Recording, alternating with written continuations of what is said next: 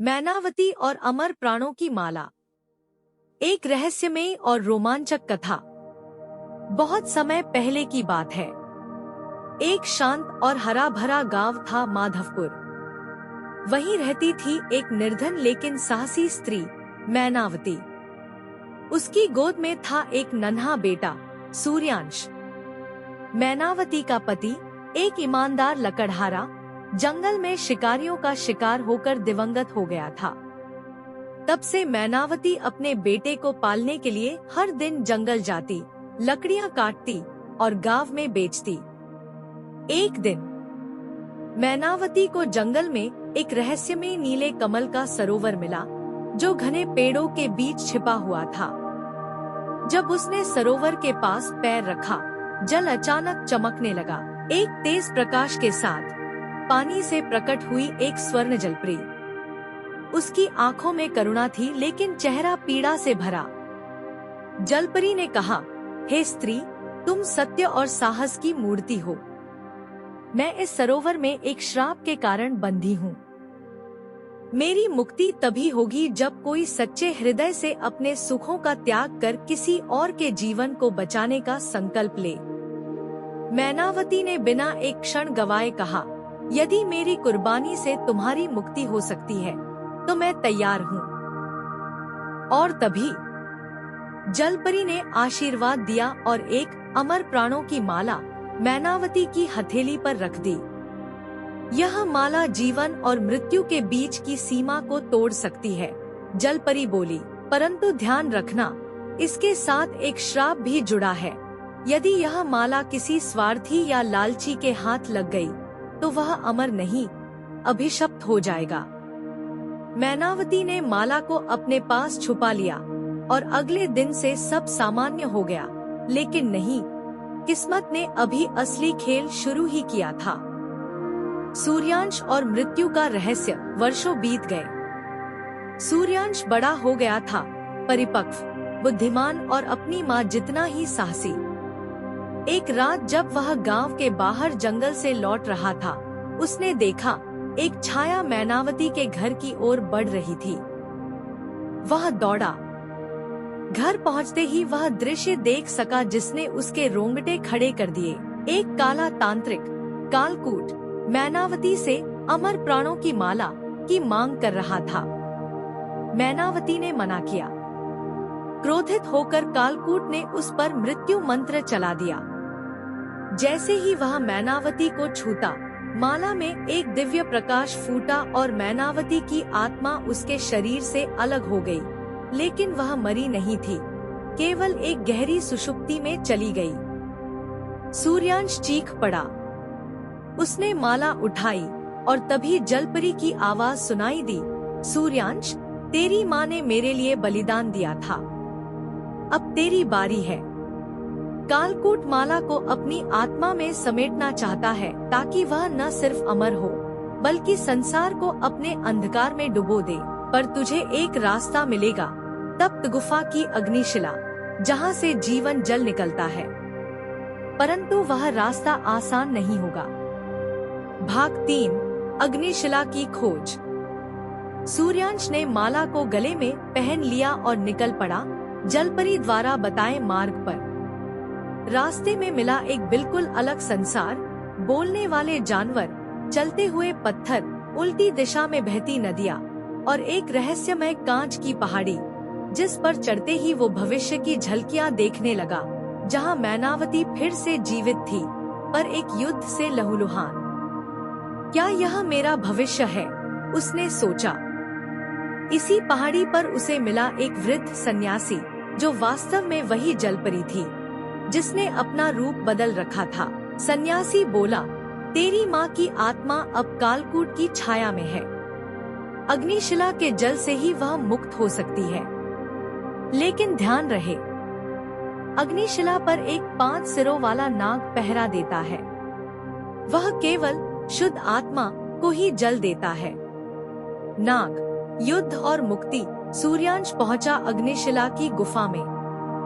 वहाँ भयानक गर्मी थी और चारों ओर आग की लपटें। जैसे ही वह नाग के पास पहुंचा, नाग फुफकारते हुए बोला, जो ममता की परीक्षा में खरा उतरे वही जीवन जल पा सकता है।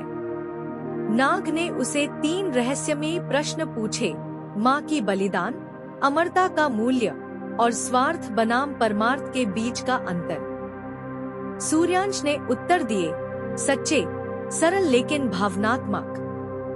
नाग शांत हो गया और अपनी 5 जीभों से जल निकालकर सूर्यांश को सौंप दिया। सूर्यांश दौड़कर माँ के पास पहुँचा। जैसे ही उसने जल की बूंदे मैनावती के होठों पर टपकाई, वह धीरे धीरे उठने लगी। सूर्यांश की आंखें भर आईं। मैनावती ने आंखें खोलते ही कहा, बेटा, तू वही उजाला है जो मेरी अंधेरी दुनिया में था। अंतिम रहस्य और शक्ति का जागरण। पर कहानी यही नहीं रुकी। कालकूट अब और अधिक शक्तिशाली हो गया था। माला उसके हाथ लग चुकी थी, लेकिन श्राप के कारण वह धीरे धीरे एक राक्षसी वृक्ष में बदलने लगा। उसकी आत्मा अब वृक्ष में बंध गई थी और वो वृक्ष हर अमानवीय आत्मा को अपनी शाखाओं में खींचने लगा। तभी माला फिर से सूर्यांश के हाथों में लौट आई और उसमें से निकली जलपरी की आत्मा, अब पूरी तरह मुक्त। अब मैं स्वर्ग लौट जाऊंगी, पर ये माला अब तुम्हारे वंश की रक्षक बनेगी। जब जब अंधकार फैलेगा, ये माला किसी नेकदिल की रक्षा करेगी। समाप्त नहीं, एक नई शुरुआत। मैनावती और सूर्यांश अब गांव लौटे, लेकिन अब वे केवल एक मां बेटे नहीं थे, वे सच्चाई, बलिदान और शक्ति के प्रतीक बन चुके थे। गांव में अब भी वह रहस्यमय सरोवर है और कहते हैं, कभी कभी पूर्णिमा की रात को वहाँ नीला प्रकाश दिखता है, जैसे कोई स्वर्ण जलपरी अब भी किसी अगले साहसी दिल की राह देख रही हो। भूमिका, एक पीढ़ी बीत चुकी थी। माधवपुर अब एक समृद्ध और शांत गांव बन चुका था। सूर्यांश अब एक ज्ञानी और सम्मानित पुरुष बन चुका था। मैनावती वृद्ध हो चली थी, लेकिन उनका तेज और दृढ़ता पहले जैसी ही थी। लोग अब उन्हें दिव्य माता कहने लगे थे। लेकिन कहानी यही नहीं रुकी थी। समय की गति के साथ एक नई चुनौती जन्म लेने वाली थी। आरव और जलमाया की वापसी सालों बाद। सूर्यांश का बेटा आरव अब 12 वर्ष का हो चुका था। वह शांत, बुद्धिमान और अपनी दादी जैसा साहसी था। लेकिन आरव को हमेशा एक सपना आता, एक नीली रोशनी, एक सरोवर और एक आवाज जो उसे बुलाती, आरव, समय आ गया है। तुम्हें अपने वंश की रक्षा करनी होगी। एक पूर्णिमा की रात आरव चुपचाप उठकर सरोवर की ओर चला गया। वहाँ वही नीला प्रकाश दिखाई दिया और फिर सरोवर से प्रकट हुई जलमाया, वही स्वर्ण जलपरी, लेकिन अब और भी दिव्य रूप में। जलमाया बोली, आरव, तुम्हारे पूर्वजों ने जिस अमर माला की रक्षा की थी, अब उसका असली स्वरूप जागृत होने वाला है। लेकिन एक नई छाया जन्म ले चुकी है, तामस, एक भूतपूर्व ऋषि की आत्मा, जो अब अंधकारमय अग्नियंत्रों की शक्ति से संसार को नियंत्रण में लेना चाहता है। वह माला अब एक चाबी है। तामस उसे पाकर अमर और सर्वशक्तिशाली बन सकता है। आरव की परीक्षा। जलमाया ने आरव को एक नील कांच की अंगूठी दी, जो माला के सही उत्तराधिकारी को पहचान सकती थी। अब आरव को भेजा गया एक रहस्यमयी द्वीप पर, चक्रलोक, जहां अग्नि, जल, वायु और अंधकार, चारों तत्वों का संतुलन था। वहां आरव की मुलाकात हुई 4 प्राचीन रक्षकों से, अग्निवीर जो क्रोध को शांत कर सकता था, जलश्री जो भावनाओं की भाषा समझती थी, वायुधर जो समय के साथ दौड़ सकता था, ताम्रिका जो अंधकार को छू सकती थी लेकिन उससे प्रभावित नहीं होती। इन रक्षकों ने आरव की परीक्षा ली। क्या वह बलिदान दे सकता है बिना प्रतिफल की आशा के? क्या वह अपनी सबसे प्यारी चीज त्याग सकता है वंश की रक्षा के लिए? क्या वह सत्य बोलेगा जब असत्य उसे शक्ति देगा? आरव ने हर बार अपने हृदय की सुनकर उत्तर दिए। तामस का आगमन और माला की अंतिम शक्ति। तामस अब जाग चुका था।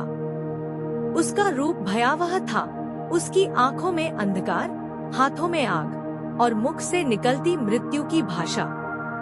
वह माधवपुर की ओर बढ़ा और एक बार फिर माला को पाने के लिए गांव पर हमला कर दिया। सूर्यांश ने माला आरव को सौंप दी और कहा, अब यह तुम्हारी परीक्षा है बेटा। हमें नहीं, हमारी आत्माओं को बचाना है, भविष्य को। आरव ने माला को गले में डाला और सामने आया तामस के। तामस ने कहा, बालक, दे दे वो माला और मैं तुम्हें राजा बना दूंगा। आरव ने उत्तर दिया, अगर एक झूठ से पूरी दुनिया झुकती है तो मैं वो झुकना नहीं चाहता। तभी माला से एक दिव्य शक्ति निकली। चारों तत्वों की ऊर्जा एकत्र हुई और जलमाया की आत्मा फिर प्रकट हुई। उसने आरव को कहा, माला अब जागृत है, लेकिन इसे चलाने के लिए तुम्हें अपना सबसे प्यारा स्मरण छोड़ना होगा। आरव ने अपनी यादें, अपने पिता की गोद में खेलना, माँ की लोरी, दादी की कहानी, सब माला में समर्पित कर दी। नई शुरुआत। तामस जल उठा। माला की शक्ति से वह राख बन गया। उसकी आत्मा बंध गई एक पत्थर में, जिसे आरव ने अग्निशिला में बंद कर दिया। अब माला फिर से शांत हो गई थी, लेकिन अब वह केवल एक गहना नहीं, एक जीवंत रक्षक बन चुकी थी, आरव के दिल से जुड़ी हुई। जलमाया मुस्कराई और कहा, तुम्हारा वंश अब केवल रक्षक नहीं, खुद एक कथा बन चुका है, जो हर युग में दोहराई जाएगी, अंत नहीं। उत्तराधिकार की लौ। अब जब भी पूर्णिमा की रात होती है, माधवपुर के बच्चे नीले सरोवर के किनारे कहानी सुनते हैं। मैनावती से लेकर आरव तक अमर प्राणों की माला कभी थमी नहीं। वो बस अगली आत्मा की राह देखती है और शायद अगली बार तुम हो। समय चक्र का पूरा होना। पूर्णिमा की रात थी। माधवपुर की हवाओं में एक बार फिर वही नीली चमक थी, जैसे अतीत की कोई अधूरी प्रतिज्ञा फिर से जीवित हो रही हो। सरोवर के पास एक नन्ही बच्ची खेल रही थी, आर्या। उसकी आंखों में कुछ अलग था, मासूमियत में छुपा कोई गहरा रहस्य। जैसे ही वह जल के पास पहुंची, अचानक पानी में हलचल हुई। एक नर्म शांत आवाज गूंजी, आर्या, तू रक्षक वंश की अगली कड़ी है। समय फिर से मोड़ लेने वाला है। जलमाया की वापसी। जल में से प्रकट हुई वही स्वर्ण जलपरी, पर इस बार उसका स्वर शांति से नहीं, चेतावनी से भरा था। एक नई शक्ति ने जन्म लिया है। वह न अंधकार है, न प्रकाश, वह है शून्य, सब कुछ निगल जाने वाला मौन, और केवल तुम उसे रोक सकती हो। जलमाया ने आर्या के माथे पर अपनी एक बूंद रखी और वहीं से शुरू हुआ उसका उत्तराधिकार। रक्षक आत्माओं का अंतिम समागम। रात के तीसरे पहर आर्या एक स्वप्नलोक में पहुंची, जहां 4 दिव्य आत्माएं उसका इंतजार कर रही थी। मैनावती मातृत्व और बलिदान की मूर्ति, सूर्यांश साहस और सच्चाई का प्रतीक, आरव संघर्ष और नेतृत्व का ध्वजवाहक, वैरा मौन, ध्यान और ऊर्जा की रक्षक। उन्होंने आर्या से कहा, हमने अपना भाग निभाया, अब तुम्हें माला को नया रूप देना होगा। अब माला कोई वस्तु नहीं, एक विचार बनेगी, ऐसा विचार जो हर नेक दिल में जन्मे। शून्य के विरुद्ध अंतिम युद्ध। शून्य एक अदृश्य बल जो हर संवेदना, हर भावना को सोख लेता था। गांव की आवाजें बंद हो गई थी। बच्चे हंसना भूल गए थे, माएं ललबीज नहीं गा रही थी और हवा भी मौन थी। आर्या ने अपने हृदय से माला की ऊर्जा को बुलाया। माला अब एक प्रकाश चक्र में बदल गई, जो केवल उन तक पहुंच सकती थी जिनके हृदय सच्चे हों। शून्य और आर्या के बीच कोई शारीरिक युद्ध नहीं हुआ, बल्कि आर्या ने आंखें बंद कर अपने अतीत की हर स्मृति, माँ की हंसी, सूर्य की पहली किरण, जल में खिलते कमल, सब कुछ याद किया। शून्य धीरे धीरे पिघलने लगा और अंत में वह बस एक बूंद बनकर सरोवर में गिर गया, जहां से सब शुरू हुआ था। अमर माला का अंत और विचार का आरंभ। माला अब धातु की नहीं थी, वह अब एक लोक कथा, एक आस्था और एक उत्तराधिकार का व्रत बन चुकी थी। गांव के हर घर में अब दीवार पर लिखा जाता था, ममता में शक्ति है, बलिदान में अमरता है और सच्चाई ही सबसे बड़ा अस्त्र है। अंतिम दृश्य, अगली पीढ़ी का वचन। सालों बाद एक बच्चा अपनी दादी से पूछता है, दादी, क्या जलपरी सच में थी? दादी मुस्कुराती है, अगर तुम में करुणा है तो वो आज भी तुम्हें मिलेगी। समाप्त, लेकिन जीवित। मैनावती और अमर प्राणों की माला अब केवल एक कहानी नहीं, हर उस आत्मा की पहचान है जो अंधकार में भी उजाले की खोज करती है।